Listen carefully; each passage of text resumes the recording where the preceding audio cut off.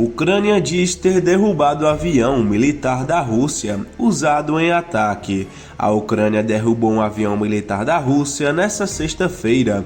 Segundo as autoridades russas, 4 pilotos que estavam a bordo da aeronave conseguiram se ejetar, mas um deles acabou falecendo e outro está desaparecido.